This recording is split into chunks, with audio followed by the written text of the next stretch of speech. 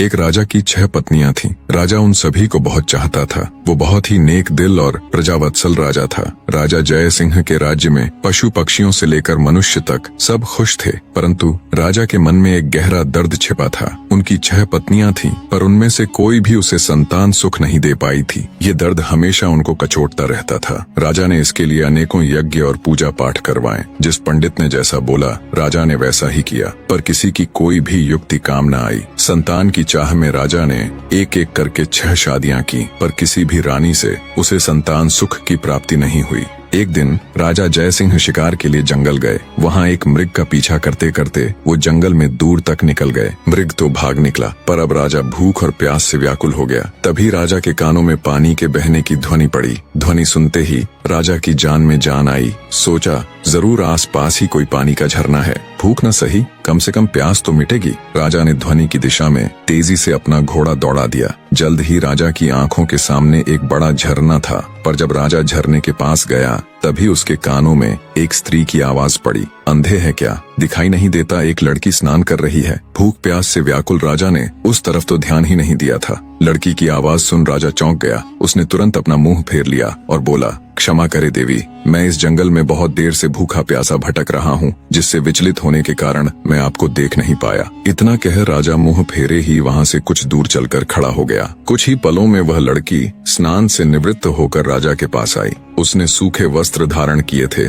और हाथ में कुछ फल लिए हुए थे। वह राजा के पास आकर बोली, महाशय, अब आप पानी पी सकते हैं। राजा ने झरने से पानी पिया और लड़की के दिए फल खाए। पानी और फल से उनकी भूख प्यास शांत हुई। राजा ने लड़की की ओर देखा और पूछा, हे सुंदरी, तुम कौन हो और इस जंगल ब्याबान में अकेली क्या कर रही हो? लड़की ने जवाब दिया, मेरा नाम मोहिनी है। मैं पास के गांव में रहती हूँ। रोज यहाँ स्नान करने आती हूँ और जंगल से लकड़ियाँ इकट्ठा करती हूँ। ये झरना जंगल के बीच में है, इसलिए यहाँ कोई नहीं आता। राजा जय सिंह मोहिनी की सादगी और सुंदरता पर मोहित होकर बोला, मोहिनी, तुम्हारी मदद के लिए शुक्रिया। आज तुमने मेरी जान बचाई है, वरना मारे भूख प्यास के मेरे तो प्राण निकलने वाले थे। मोहिनी बोली, महाशय, अब आप भी अपना परिचय दीजिए। राजा ने गंभीर होकर कहा, आज नहीं सुंदरी, फिर कभी मैं जरूर तुम्हें अपना परिचय दूंगा। इतना कह राजा ने अपने घोड़े पर सवार होकर वापस अपने राज्य की ओर प्रस्थान किया। परंतु राजा के मन में अब भी रह रहकर कामिनी के विचार आ रहे थे। उसकी सुंदरता, उसकी सादगी, उसकी मधुर आवाज, सब कुछ राजा के मन में गहराई तक उतर गया था।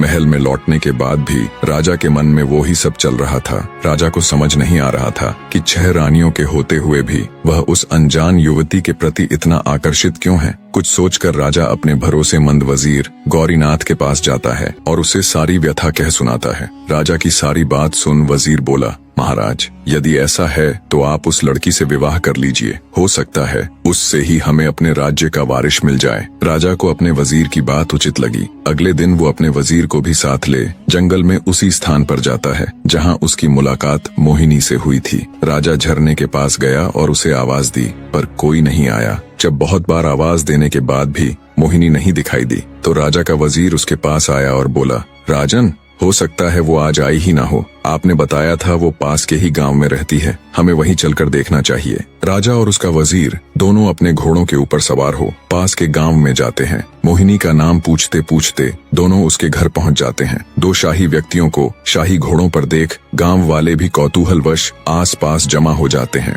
राजा घोड़े से उतरकर झोपड़ी के बाहर जाता है और मोहिनी को आवाज देता है। राजा की आवाज सुन जब मोहिनी रोनी सूरत ले झोपड़ी से बाहर आती है तो उसकी आंखों में आंसू थे। जब राजा ने कारण पूछा तो एक गांव वाले ने बताया, महाशय, इस दुनिया में सिर्फ इनकी माँ ही थी, आज उनका भी स्वर्गवास हो गया। अब बेचारी रोएगी नहीं तो और क्या करेगी। इतना कह गांव वालों ने राजा से उनका परिचय मांगा। आप बताइए, आप लोग कौन हैं? गांव वालों के पूछने पर वजीर ने राजा का परिचय दिया तो पूरे गांव में खलबली मच गई। सभी ने मिलकर राजा का स्वागत किया। गांव के मुखिया से राजा ने कहा, अगर आप लोगों को कोई आपत्ति न हो तो मैं मोहिनी से विवाह करना चाहता हूँ। राजा की बात सुन मुखिया खुश होता हुआ बोला, महाराज, हमारी बेटी राजरानी बनेगी, हमारे तो भाग्य खुल जाएंगे। गांव वालों ने जल्दी जल्दी सारी तैयारी करके राजा और मोहिनी का विवाह करवा दिया। राजा ने अपनी 7वीं पत्नी अर्थात मोहिनी का नया नामकरण किया राजलक्ष्मी। विवाह के पश्चात गांव वालों ने खुशी खुशी राजलक्ष्मी को राजा के साथ विदा कर दिया। राजा अपने वजीर और 7वीं पत्नी राजलक्ष्मी को लेकर राजमहल आ जाता है। जब राजा की पहले की 6 पत्नियों को इसकी खबर लगी तो वे जल भुनकर राख हो गईं। ऊपरी मन से उन्होंने नई रानी राजलक्ष्मी का स्वागत किया। समय बीतने लगा। अब राजा का अधिकांश समय नई रानी राजलक्ष्मी के साथ ही बीतने लगा। ये देखकर पुरानी रानी और अधिक ईर्ष्या से भर गई, परंतु राजलक्ष्मी को इसकी भनक तक नहीं थी। वो भोले भाले स्वभाव और एकदम साफ दिल की औरत थी। वह बाकी रानियों को अपनी बड़ी बहन की तरह सम्मान देती थी। समय बीता। एक दिन रानी राजलक्ष्मी ने राजा को शुभ समाचार दिया कि वो पिता बनने वाले हैं। रानी के मुख से ये बात सुन राजा जयसिंह की खुशी का कोई ठिकाना नहीं रहा। वो खुशी से रानी राजलक्ष्मी को गले लगा लेता है। राजा तुरंत कुल गुरु को बुला उन्हें आदेश देता है कि अब से नित्य प्रति रानी राजलक्ष्मी को धार्मिक और प्रेरक कथाएं सुनाई जाएं। नई रानी के गर्भवती होने का समाचार जल्दी ही पूरे राज्य में फैल गया। चारों तरफ बधाइयों की धूम मची हुई थी। नई रानी के गर्भवती होने का समाचार जब उसकी सौतनों को मिला तो उनके तन बदन में आग लग गई। वे अंदर तक जल भुन गई। सभी रानियों ने आपस में विचार किया कि नई रानी तो पहले ही राजा की बहुत प्रिय है। वो अपना अधिकतर समय उसी के साथ बिताते हैं। बच्चा होने के बाद तो उसका और अधिक ध्यान रखा जाएगा। राजा उस कुल्टा को ही अपनी पटरानी बना लेंगे। हम सभी का तो वर्चस्व ही खत्म हो जाएगा। नई रानी हमारे साथ दासियों जैसा व्यवहार करेंगी। नहीं नहीं, हम ऐसा कदापि नहीं होने देंगी। वो सभी सलाह मशवरा करके नई रानी को क्षति पहुंचाने की अलग अलग युक्तियां सोचने लग जाती हैं। परंतु बड़ी रानियों का कोई भी प्रयास सफल नहीं हो पा रहा था, क्योंकि नई रानी राजलक्ष्मी उन्हें कभी अकेले नहीं मिलती। कभी राजा के आदेश अनुसार कुलगुरु उन्हें कथा सुनाते मिलते तो कभी उनकी दासियां उनके साथ होती। कभी प्रजा के लोग उन्हें घेरे रहते तो कभी खुद राजा ही उनके साथ होते। ऐसे में रानियों को कभी अपने मकसद को अंजाम देने का मौका ही नहीं मिला। इसी तरह समय बीत रहा था। रानी राजलक्ष्मी का गर्भावस्था का समय लगभग पूरा होने को आया था, पर फिर एक दिन राज्य की सीमा पर विद्रोहियों ने आक्रमण कर दिया। शत्रुओं से निपटने के लिए राजा जयसिंह को अपनी सेना सहित राजमहल छोड़कर राज्य की सीमा पर जाना पड़ा। बड़ी रानियों को तो जैसे सुनहरा अवसर मिल गया था। वे छोटी रानी को ऐसी दवाई देने लग गई जिससे रानी राजलक्ष्मी के गर्भ को क्षति पहुंचे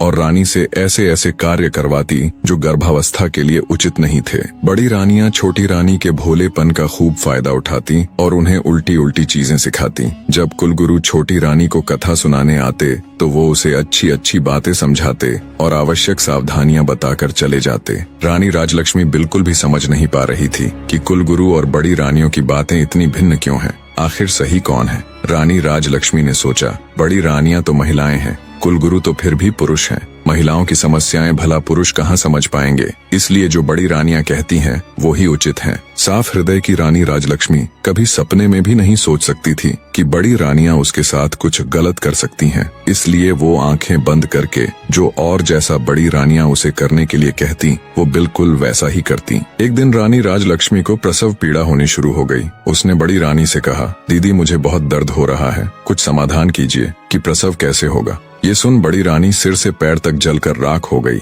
उसने विचार किया, इसका अभी से इतना ध्यान रखा जाता है, बच्चा होने के बाद तो पता नहीं इसे और कितना आदर सम्मान मिलेगा। छोटी रानी को मदद मांगते देख उसके मन में तरह तरह के षड्यंत्र चल रहे थे।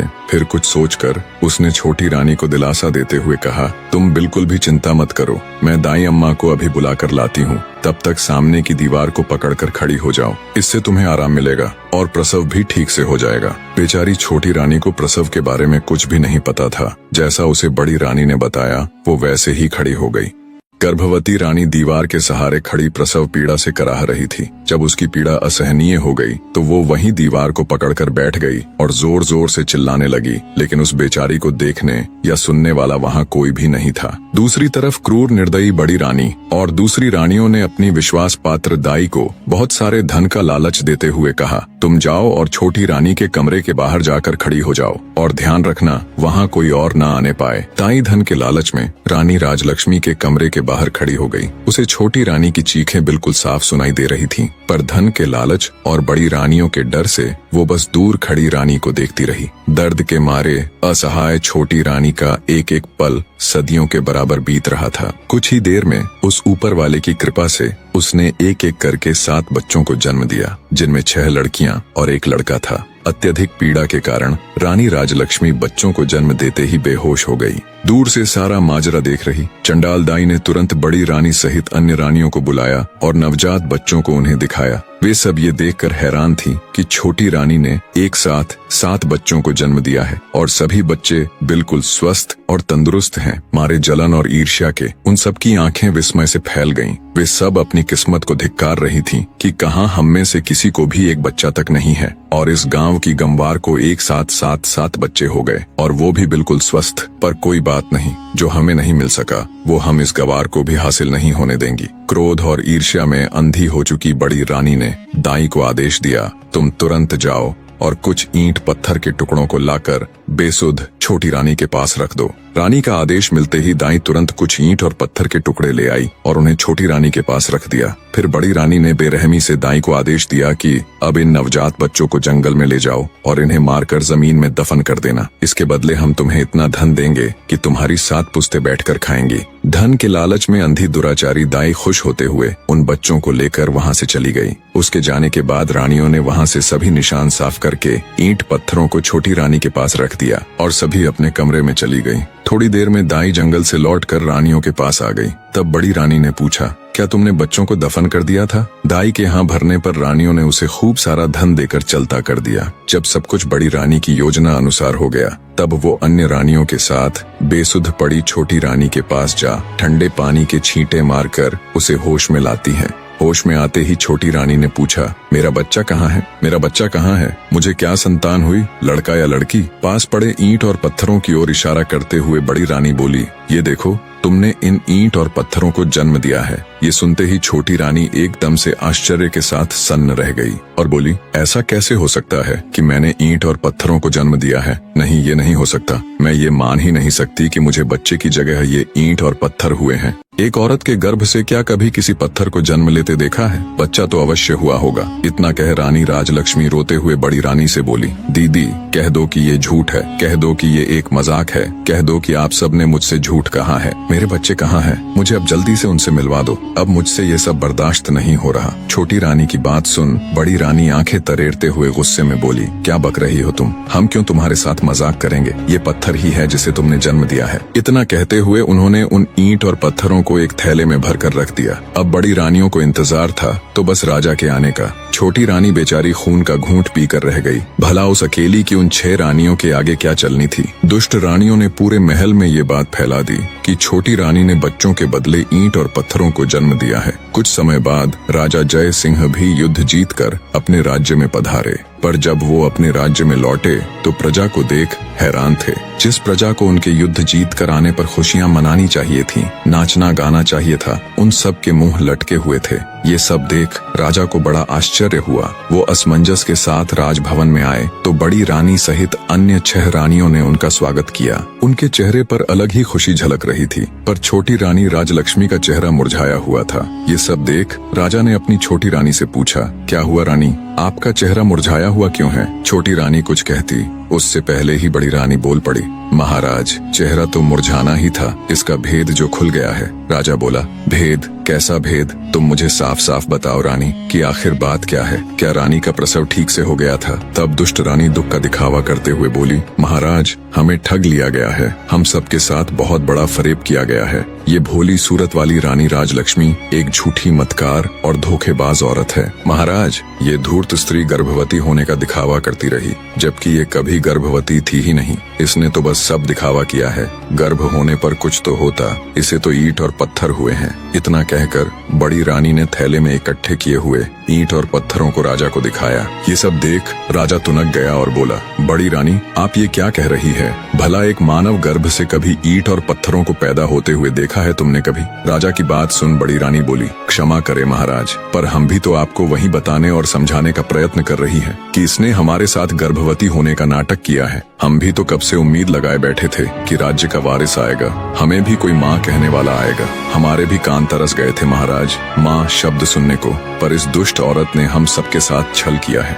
ये सब सुनने के बाद राजा को भी बड़ी रानी की बातों का विश्वास होने लगा। उसे भी लगने लगा कि छोटी रानी ने सबके साथ धोखा किया है। राजा छोटी रानी राजलक्ष्मी से कहता है, तुमने ये सब क्यों किया रानी? तुम्हारी हिम्मत कैसे हुई हमें छलने की? मैं तो जैसे तैसे विधि का विधान मानकर जी रहा था कि शायद हमारे भाग्य में संतान सुख है ही नहीं, पर तुमने तो हमें हमारे जीवन की सबसे बड़ी आशा दिखाकर उस पर पानी फेर दिया। गुस्से से भरा राजा लगातार अपनी छोटी पत्नी को सुनाए जा रहा था, मैंने तो तुम्हारा मासूम सा चेहरा देखकर तुमसे शादी की थी। मुझे क्या पता था तुम हमारे साथ इतना बड़ा विश्वासघात करोगी। आज से तुम इस महल में एक रानी नहीं बल्कि नौकरानी बनकर रहोगी। अब चली जाओ मेरी नजरों के सामने से, नहीं तो पता नहीं मैं गुस्से में क्या कर बैठूंगा। बेचारी छोटी रानी अत्यंत दुखी हृदय से चुपचाप कमरे से बाहर चली जाती है। इस घटना के बाद राजमहल में छोटी रानी का जीना दुस्सवार हो गया। बड़ी रानियां उसके साथ बहुत बुरा व्यवहार करती, नौकरानियों से भी ज्यादा उससे काम लिया जाता। छोटी रानी बेचारी जैसे तैसे अपने दिन काट रही थी। उसके पास कोई ऐसा प्रमाण भी नहीं था जिससे वो साबित कर सके कि वो सच में गर्भवती थी। अत्यंत दुखों से घिरी बेचारी छोटी रानी रात में घंटों अकेली बैठकर रोती रहती और सोचती, हे भगवान, ये मेरे साथ क्या हो गया? मुझसे ऐसा क्या पाप हो गया जिसकी मुझे इतनी बड़ी सजा मिल रही है? छोटी रानी को ये सोच सोच कर आश्चर्य होता कि मेरे नन्हे नवजात बच्चों के साथ पता नहीं क्या हुआ होगा। कहाँ और किस अवस्था में होंगे वो, पता नहीं जिंदा भी है या फिर काल का ग्रास बन गए। कई बार वो सोचती कि क्यों न सब कुछ छोड़ छाड़ कर वापस अपने गांव में चली जाऊं और अपनी पहले वाली जिंदगी जीऊं, पर फिर उसे गांव वालों का ख्याल आ जाता कि कैसे उन सब ने उसे कितने अरमानों से राजा के साथ विदा किया था। कितने खुश थे पूरे गांव के लोग। अब वापस जाकर उन सबको क्या जवाब दूंगी? किस मुंह से अपने दुर्भाग्य की कथा उनको बताऊंगी? यही सब सोचकर वो गांव जाने का विचार त्याग देती है। ऐसे ही समय गुजरता गया। एक दिन राजा जयसिंह अपने राज दरबार में बैठा था, तभी उनके राज्य में स्थित एक छोटे से गांव का प्रधान उनके पास आता है और हाथ जोड़कर राजा से कहता है, महाराज, आज मैं आपके सामने अपने गांव की एक बहुत ही विचित्र घटना के बारे में बताने के लिए हाजिर हुआ हूँ। ये घटना इतनी विचित्र है महाराज कि इसके बारे में आपको अवश्य पता होना चाहिए। राजा जयसिंह ग्राम प्रधान की बात सुन कहता है, कहो प्रधान जी, ऐसी क्या विचित्र घटना हुई भला? तब ग्राम प्रधान राजा को बताना आरंभ करता है, महाराज, हमारे गांव के पास ही एक जंगल लगता है, जहां से गुजरते वक्त पिछले कुछ समय से हम वहां एक चंपा फूल का पौधा और उसके आसपास बांस के कई पेड़ों को देख रहे हैं। पर महाराज, विचित्र बात तो ये है कि उन पौधों को किसी गांव वाले ने नहीं उगाया, बल्कि वो खुद ही वहां उगाए हैं। और उससे भी विचित्र बात है, उन पौधों की उगने की बनावट, उन्हें देखकर बिल्कुल ऐसा लगता है महाराज जैसे वो बांस के पौधे खास तौर पर उस चंपा के पौधे की सुरक्षा के लिए ही लगाए गए हों। ग्राम प्रधान की बात सुन राजा बोल पड़ा, तुम ये क्या कथा सुना रहे हो भाई? मेरी तो कुछ समझ में नहीं आ रहा, और इसमें ऐसी हैरान कर देने वाली आखिर क्या बात है? पौधे ही तो हैं, उग आए होंगे किसी भी तरह। तब ग्राम प्रधान बोला, क्षमा करें महाराज, पर आप पहले मेरी पूरी बात तो सुन लीजिए। जितनी विचित्र उन पौधों की बनावट है, उससे कहीं ज्यादा विचित्र ये बात है कि वो चंपा का पौधा अत्यंत खुशबूदार फूलों से लदा हुआ है, और जब कोई ग्रामीण अथवा राहगीर उसके फूलों को तोड़ने का प्रयत्न करता है तो वो किसी जादुई पौधे की तरह रहस्यमयी ढंग से ऊंचा होता चला जाता है। इतना ऊंचा कि हाथ से फूल तोड़ना तो दूर की बात है, किसी लंबी लकड़ी से भी उस पौधे के फूलों को तोड़ पाना असंभव है महाराज। अब राजा जय सिंह की ग्राम प्रधान की बातों में रुचि बढ़ने लगती है। वे पूरे ध्यान से उसकी बातें सुन रहे थे। आगे गांव का सरपंच बोला, और महाराज, सबसे विचित्र और हैरान कर देने वाली बात तो ये है कि वे पौधे आपस में किसी मानव की तरह बात करते हैं। ग्राम प्रधान की ये बात सुन कुछ देर पहले जो राजा उसकी बातों को हल्के में ले रहा था, अब वो चौंक कर बैठ जाता है कि पौधे आपस में बातें करते हैं, और वो भी बिल्कुल मनुष्य की तरह बोलकर। राजा के साथ साथ पूरा राज दरबार विस्मय से भर जाता है। सभी चौंक कर एक दूसरे का मुंह ताक रहे थे। राजा जयसिंह हैरानी से ग्राम प्रधान से कहता है, ऐसे कैसे हो सकता है कि पौधे आदमियों की तरह बात करें?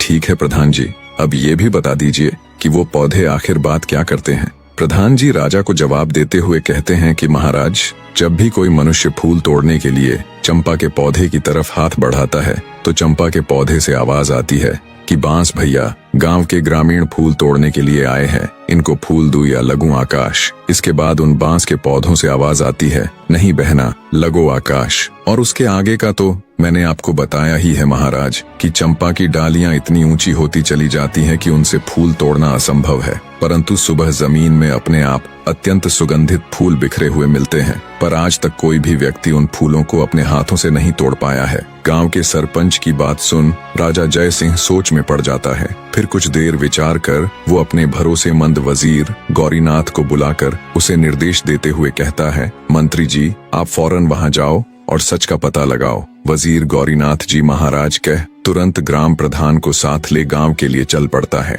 कुछ ही देर में मंत्री और ग्राम प्रधान उन बोलने वाले रहस्यमयी चंपा और बांस के पेड़ों के पास पहुंच जाते हैं। सरपंच के साथ राजा के खास मंत्री को देख गांव वाले भी उत्सुकतावश आसपास इकट्ठे हो जाते हैं। मंत्री जब घोड़े से उतरकर उस चंपा के पौधे के पास जाकर देखता है तो उसे बिल्कुल उसी अवस्था में पाता है जिस प्रकार गांव प्रधान जी ने दरबार में राजा को बताया था। बांस के पेड़ों के बिल्कुल बीच में खड़ा चंपा का पौधा अपनी अलग ही छठा बिखेर रहा था। उसके फूलों से उठती भीनी भीनी खुशबू से कुछ देर के लिए तो मंत्री जी भी मदमस्त हो जाते हैं। तंद्रा टूटते ही उन्हें राजा का आदेश याद आता है तो वे उस चंपा के पौधे के पास जाकर जैसे ही उसके फूल को तोड़ने के लिए अपना हाथ आगे बढ़ाते हैं, तभी चंपा के पौधे से मानव आवाज आती है जिसे सुनकर मंत्री ठिठक कर रुक जाता है। चंपा का पौधा बोला, हे बांस भैया हमारे मंत्री जी मेरे फूल तोड़ने आए हैं, इनको फूल दूं या लगूं आकाश। तभी बांस के पौधों में से एक साथ आवाज आई, ना बहन चंपा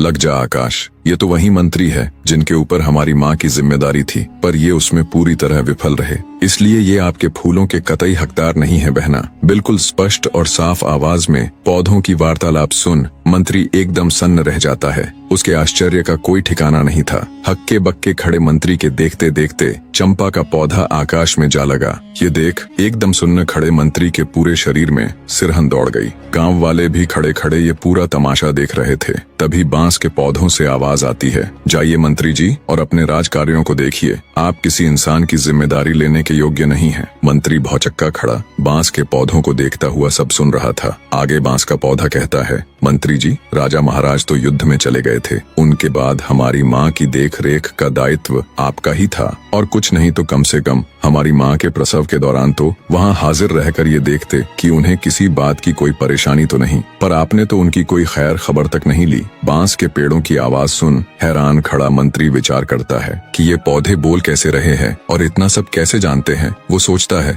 बात तो बिल्कुल सही कह रहे हैं, मैंने रानी राजलक्ष्मी की कोई सुध नहीं ली। ये सोचकर मंत्री आत्मग्लानि से भर उठता है। सोचा ये तो उससे बड़ी भूल हो गई। राजा की गैर हाजिरी में उसे रानी राजलक्ष्मी को गर्भावस्था में संभालना चाहिए था। मंत्री जी सोचते हैं इसका मतलब क्या रानी राजलक्ष्मी के साथ कोई बड़ा षड्यंत्र हुआ था या कुछ और बहुत बुरा जो वो नहीं जानते। ये विचार आते ही उसने जब ये सब उन पौधों से जानना चाहा तो उनमें से कोई आवाज नहीं आई। जब बहुत प्रयास करने पर भी पौधों ने कोई जवाब नहीं दिया तो हैरानी के साथ साथ आत्मग्लानि से भरे मंत्री जी बोझिल हृदय के साथ वापस राजमहल की तरफ चल पड़ते हैं। वहाँ पहुंचकर वो सारा किस्सा राजा जयसिंह को कह सुनाते हैं और बोले, महाराज क्षमा करें पर मुझे लगता है राजमहल में कुछ षड्यंत्र तो जरूर हुआ है। महाराज आपकी गैर हाजिरी में मैं राजरानी की अच्छी तरह देखभाल नहीं कर पाया। आज उन पौधों की बात सुनकर ऐसा लग रहा है महाराज जैसे राजमहल में राजरानी राजलक्ष्मी के साथ कुछ बहुत बुरा हुआ है। मैंने उन पौधों से जानने की बहुत कोशिश की लेकिन उन्होंने मुझे कुछ नहीं बताया, इसलिए मेरा आपसे अनुरोध है कि आपको खुद वहाँ जाकर उन पौधों से बात करनी चाहिए। हो सकता है वो आपको सारी बात बता दें। भरोसेमंद वजीर गौरीनाथ की पूरी बात सुन राजा जय सिंह कहते हैं, ठीक है मंत्री जी, हम वहाँ अवश्य जाएंगे और साथ में अपनी 6 रानियों को भी लेकर जाएंगे। राजा की बात सुन मंत्री जी बोले, महाराज मेरी आपसे एक गुजारिश है, मैं छोटी रानी राजलक्ष्मी को भी अपने साथ वहाँ लेकर जाना चाहता हूँ। राजा बोले, ठीक है मंत्री जी, आप ऐसा कर सकते हैं, पर वो दुष्ट मेरी आंखों के सामने न आने पाए, इस बात का ध्यान रखना। मंत्री बोला, जी महाराज। अगले दिन राजा जय सिंह अपनी रानियों के साथ आकाश चंपा का रहस्य जानने के लिए निकल पड़े। सबसे आगे रथ में राजा और उसकी पटरानी चल रहे थे। उससे पीछे वाले रथ में राजा की 5 रानियां और पीछे भी अन्य कई प्रमुख सभा सदस्य साथ जा रहे थे। राजा से आज्ञा ले चुके मंत्री ने रानी राजलक्ष्मी को अपने परिवार सहित बड़े आदर से पालकी में उन्हें बिठा दिया था। राजा का काफिला कुछ समय में गांव के बाहर पहुंच गया। वहां पहुंचने पर जंगल के बाहर गांव की सीमा पर वो अपना पड़ाव डाल देते हैं। पूरे राज्य परिवार को आया देख गांव के ग्रामीण उनके स्वागत में जुट गए। कुछ समय विश्राम कर सभी आकाश चंपा के पौधे के पास पहुंच जाते हैं और उसके चारों तरफ घेरा डालकर बैठ जाते हैं। आज भी चंपा का पौधा अपनी सामान्य ऊंचाई पर खड़ा लहलहा रहा था और चारों तरफ अपनी खुशबू बिखेर रहा था। सब लोग उसकी खुशबू से सराबोर हो उठे, पर राजा तो चंपा के पौधे के रहस्य को जानने के लिए बेताब था। राजा की 6 पत्नियां उसके साथ बैठी थीं और छोटी रानी राजलक्ष्मी मंत्री जी की पत्नी के साथ बैठी हुई थीं। तभी बड़ी रानी यानी राजा की पटरानी राजा से बोली, महाराज, यदि आपकी आज्ञा हो तो क्या मैं इस खुशबूदार चंपा के पौधे से कुछ फूल तोड़ लूं? राजा बोला, अवश्य रानी साहिबा। तभी राजा की दूसरी पत्नी भी बोल उठी, महाराज, इन फूलों की उठती भीनी भीनी खुशबू को महसूस कर मुझसे बिल्कुल भी नहीं रुका जा रहा। क्या मैं भी फूल ले लूं? दूसरी रानी के साथ साथ तीसरी, फिर चौथी। सभी रानियों ने ऐसा कहा तो राजा बोला, अवश्य तुम सब वो फूल ले लेना। राजा ने सबसे पहले 6वें नंबर यानी छोटी रानी को फूल चुनने का निर्देश दिया और पटरानी सहित अन्य रानियों से बोले कि ये तुम सब में सबसे छोटी है, इसलिए सबसे पहले उसे ही फूल चुनने का अवसर मिलना चाहिए। राजा की बात से पटरानी सहित अन्य रानियां सहमत हो गईं, तो 6वें नंबर की रानी फूल तोड़ने के लिए चंपा के पौधे के पास जाती है। राजा सहित वहां मौजूद सभी की उत्सुकता पूरे चरम पर थी। सभी ये देखने के लिए आतुर थे कि अब क्या होगा।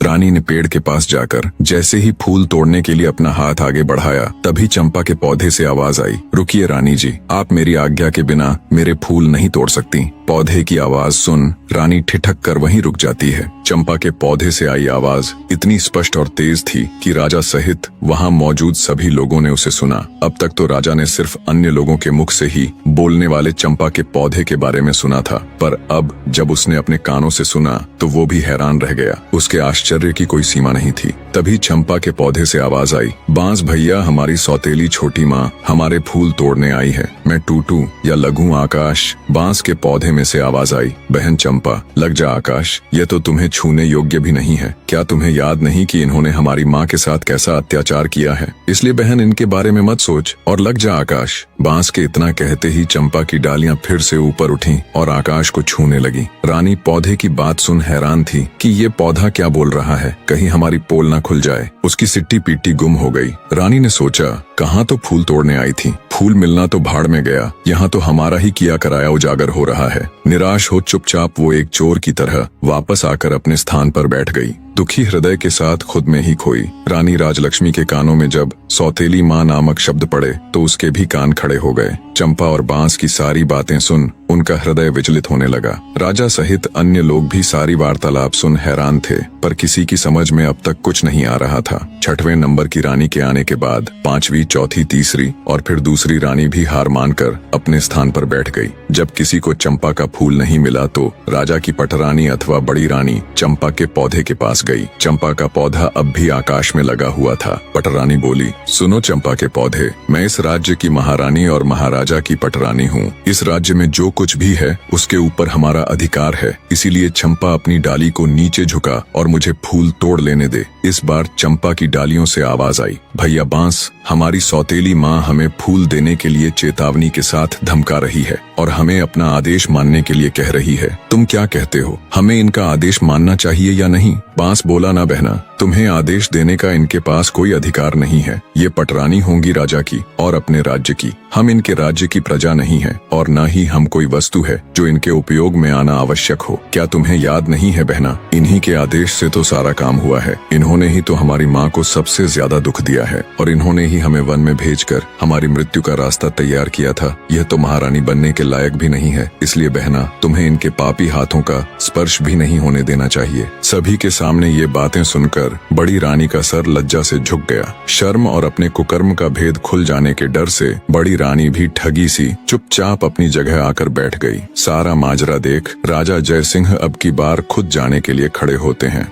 चंपा के पौधे की डालियां अब पहले की तरह वापस अपनी सामान्य ऊंचाई पर आ गईं। अब की बार राजा जय सिंह खुद उठे और फूल तोड़ने के लिए पौधे के पास गए। जब राजा ने फूल तोड़ने के लिए अपने हाथ आगे बढ़ाए, तभी चंपा के पौधे से आवाज आई, ना ना महाराज, आप यह भूल कभी मत कीजिएगा। आपको फूल तोड़ने से रोकने के लिए मैं अपने भैया से भी अनुमति नहीं लूंगी, और यदि भैया अनुमति दे भी देंगे तो भी मैं आपके हाथों में नहीं आऊंगी। इसलिए आप अपने हाथ पीछे ही रखिए और फूल तोड़ने का विचार त्याग दीजिए। चंपा के पौधे की बात सुन राजा जय सिंह हैरान रह गया। सोचा आखिर ऐसा क्या हुआ कि उनको रोकने के लिए चंपा अपने भाइयों से भी अनुमति नहीं ले रही। राजा बोला, हे चंपा के पौधे, मैं इस देश का राजा हूँ। मैंने कभी भी किसी के साथ अन्याय नहीं किया। मैं अपनी प्रजा को अपनी संतान की तरह मानता हूँ। मेरे राज्य में मनुष्य ही नहीं, पशु पक्षी भी खुश और स्वतंत्र है। मैंने आज तक किसी को जरा सी भी तकलीफ नहीं दी। फिर मुझसे ऐसी क्या भूल हो गई कि मुझे अपने फूल लेने से रोकने के लिए आपको अपने भाइयों से भी पूछने की जरूरत नहीं पड़ी।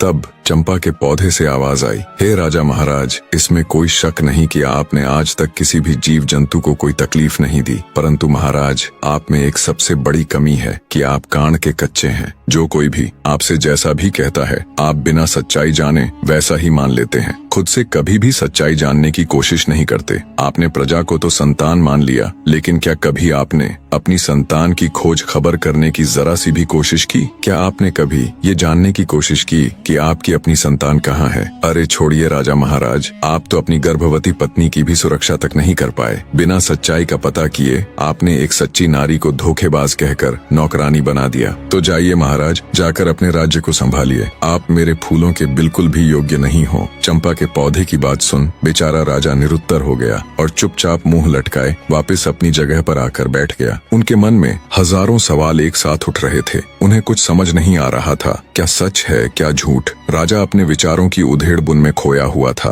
तभी वजीर गौरीनाथ उनके पास आता है और कहता है, महाराज, आप यदि आदेश दे तो हम छोटी रानी राजलक्ष्मी को भी फूल तोड़ने के लिए एक बार पौधे के पास भेज कर देखे। राजा कुछ कहते उससे पहले ही पटरानी बोल उठी, मंत्री जी, जो फूल महाराज के हाथों भी नहीं टूटे, वह इस धोखेबाज के हाथों कैसे टूटेंगे? मंत्री जी ने प्रश्नवाचक दृष्टि से राजा की ओर देखा। चंपा के पौधे से अब तक की हुई इतनी बातों से राजा के मन में भी शंका पैदा होने लगी थी। उन्होंने अपनी शंका दूर करने का निर्णय लेते हुए मंत्री जी को अनुमति दे दी। मंत्री रानी राजलक्ष्मी के पास जा उन्हें फूल तोड़ने के लिए कहते हैं। मंत्री की बात सुन रानी राजलक्ष्मी अनमने मन से उठी और चंपा के पौधे की तरफ देखती हुई बोली, मंत्री जी, पौधे की डालियां काफी ऊंचाई पर हैं, मेरे हाथ वहां नहीं पहुंचेंगे। मंत्री बोला, रानी जी, आप एक बार वहां पर जाकर कोशिश करके देखिए तो सही। मंत्री जी के समझाने पर रानी राजलक्ष्मी हिम्मत करके चंपा के पौधे के पास गई। पौधे के पास जाकर जब रानी ने अपने हाथ बढ़ाकर चंपा के पौधे के तने को छुआ और उसे प्यार से सहलाया, तो पौधे के स्पर्श से रानी को असीम आनंद मिला,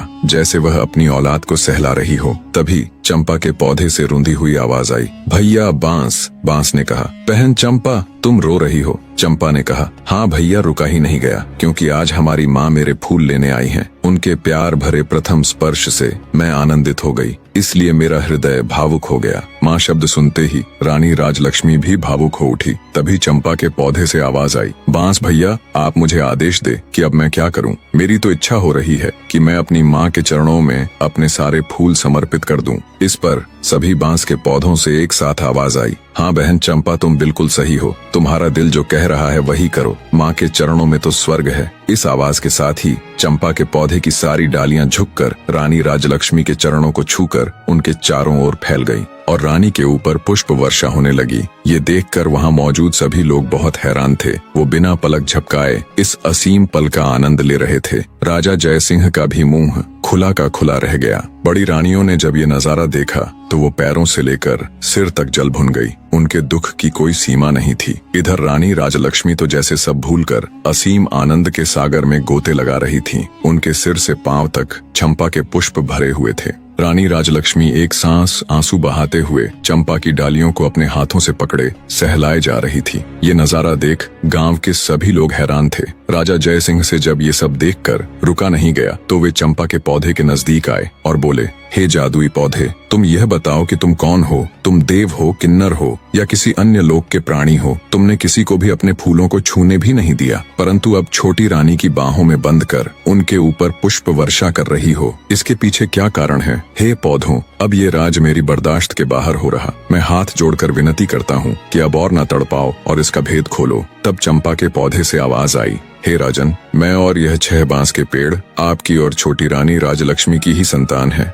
हम 7 भाई बहनों का जन्म एक साथ ही हुआ था। हमारे जन्म के समय हमारी माँ बहुत अधिक पीड़ा में थी। तब हमारी माँ ने आपकी पटरानी और इस राज्य की महारानी से अपनी सहायता करने के लिए निवेदन किया। तब पटरानी ने साजिश करते हुए हमारी माँ को दीवार के सहारे खड़ी हो जाने के लिए कहा, ताकि जब हमारा जन्म हो तब हम ऊंचाई से गिरकर मृत्यु को प्राप्त हो जाए। पर महाराज, ईश्वर की कृपा से हम 7 का जन्म उसी अवस्था में बिल्कुल ठीक ठाक हो गया। पर हमारी माँ दर्द के कारण हमें जन्म देते ही बेहोश हो गई। उनकी बेहोशी का फायदा उठाते हुए बड़ी रानी ने एक दाई को बुलाया और उसे पैसों का लालच देकर हमें मारकर जंगल में जमीन में दबाने के लिए कहा। मात्र कुछ सेकंड्स के नवजात बच्चों को दफन करने के लिए बेरहम दाई जंगल की ओर चल पड़ी। दाई को जंगल भेजने के बाद बड़ी रानी सहित अन्य रानियों ने अपने घिनौने षड्यंत्र के तहत कुछ ईंट और पत्थर के टुकड़ों को हमारी माँ के पास रख दिया। दूसरी तरफ जब दाई हमें जंगल में लेकर आई और दफन करने के लिए जमीन खोदने लगी,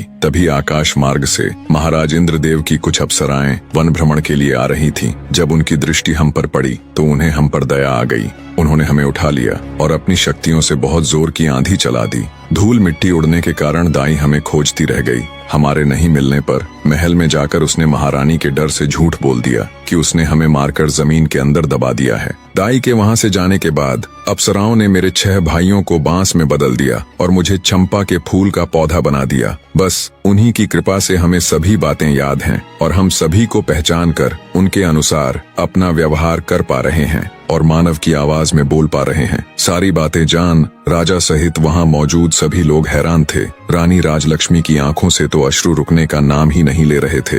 राजा जयसिंह बोले, मेरे बच्चों, तो क्या तुम सब अब ऐसे ही पौधों के रूप में रहोगे? क्या ऐसा कोई भी रास्ता है जिससे तुम अपने मानव रूप में आ सको? तब चंपा बोली, महाराज, जब हमारी माँ हम सब की एक एक पतियों को तोड़कर इंद्रदेव को याद कर उनसे प्रार्थना करेंगी, तब हम सब अपने असली रूप में आ जाएंगे। चंपा के पौधे की बात सुनते ही रानी राजलक्ष्मी ने तुरंत बांस और चंपा की एक एक पत्तियां ली और हाथ जोड़कर पूरी श्रद्धा के साथ बोली, हे इंद्र महाराज, मैं पूरी जिंदगी आपकी सेवा करूंगी, आपकी पूजा करूंगी, फिर भी आपके उपकार का मैं प्रतिकार नहीं कर पाऊंगी। आपने इतने दिन मेरे बच्चों को संभाल कर रखा, अब कृपया इन्हें मेरे आंचल में डाल दो महाराज। रानी राजलक्ष्मी का इतना कहना था कि पल भर में ही बांस और चंपा के पौधे विलीन हो गए और वहां पर लगभग 5 वर्ष के 6 बालक और एक बालिका प्रकट हो गए। रानी राजलक्ष्मी और राजा जयसिंह ने तुरंत आगे बढ़कर बहते नेत्रों से सभी बच्चों को अपनी बाहों में भर लिया। राजा जयसिंह अपनी छोटी पत्नी रानी राजलक्ष्मी से हाथ जोड़कर माफी मांगता है। वहां उपस्थित सभी राज दरबार व गांव के लोग स्तब्ध खड़े ये पूरा दृश्य देख रहे थे। सबकी आंखें नम थीं, शिवाय बड़ी रानियों के। ये सब देखकर उनके पैरों नीचे से तो जैसे धरती खत्म हो गई थी। राजा जयसिंह अपने सिपाहियों को आदेश देता है, पकड़ लो इन दुष्ट औरतों को और फांसी पर लटका दो। ये दुराचारिणी तो मानवता के नाम पर कलंक है। राजा की ये बात सुन रानी राजलक्ष्मी कहती है, महाराज, आज मेरे लिए मेरी जिंदगी का सबसे बड़ा दिन है। आज इतने बड़े खुशी के मौके पर मैं किसी के लिए इतना काला दिन नहीं लाना चाहती। मेरा आपसे अनुरोध है, आप इन सबको क्षमा कर दीजिए। राजा बोला, रानी, आपका हृदय बहुत विशाल है, पर इनके गुनाह को देखते हुए इन्हें क्षमादान तो नहीं दिया जा सकता, किंतु आपके अनुरोध पर मैं इन दुराचारिणियों को आजीवन कारावास की सजा देता हूँ। दुष्ट रानियों को सजा मिल जाती है। राजा जयसिंह अपनी पत्नी रानी राजलक्ष्मी और अपने बच्चों के साथ सुखमय और शांतिपूर्ण जीवन व्यतीत करते हैं। कहानी का निष्कर्ष बताने से पहले आपसे 2 बातें करना चाहूंगा। एक तो ये कि आप सब में से बहुत से ऐसे भाई बहन हैं जो मेरी तरह वीडियो बनाना चाहते हैं और आए दिन कमेंट करके पूछते रहते हैं। उन सब के लिए मैंने एक कंप्लीट ट्यूटोरियल वीडियो एक छोटे से प्राइस के साथ बना दी है। आप सबको उसके लिए मेरा चैनल ज्वाइन करना पड़ेगा।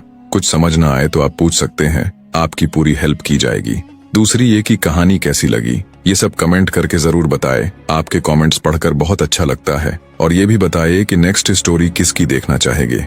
अब आते इस कहानी के निष्कर्ष पर। यह कहानी एक माँ की ममता, एक पिता के पश्चाताप और ईश्वर की लीला का ऐसा संगम है जो मानवता के सबसे गहरे भावों को छूती है। रानी राजलक्ष्मी की ममता इस बात का प्रमाण है कि एक माँ के हृदय से निकली पुकार सृष्टि के हर कण को झकझोर देती है। वर्षों तक अपने बच्चों से दूर रहकर भी उन्होंने विश्वास नहीं खोया और अंततः उनकी श्रद्धा और प्रेम ने देवताओं को भी झुकने पर मजबूर कर दिया।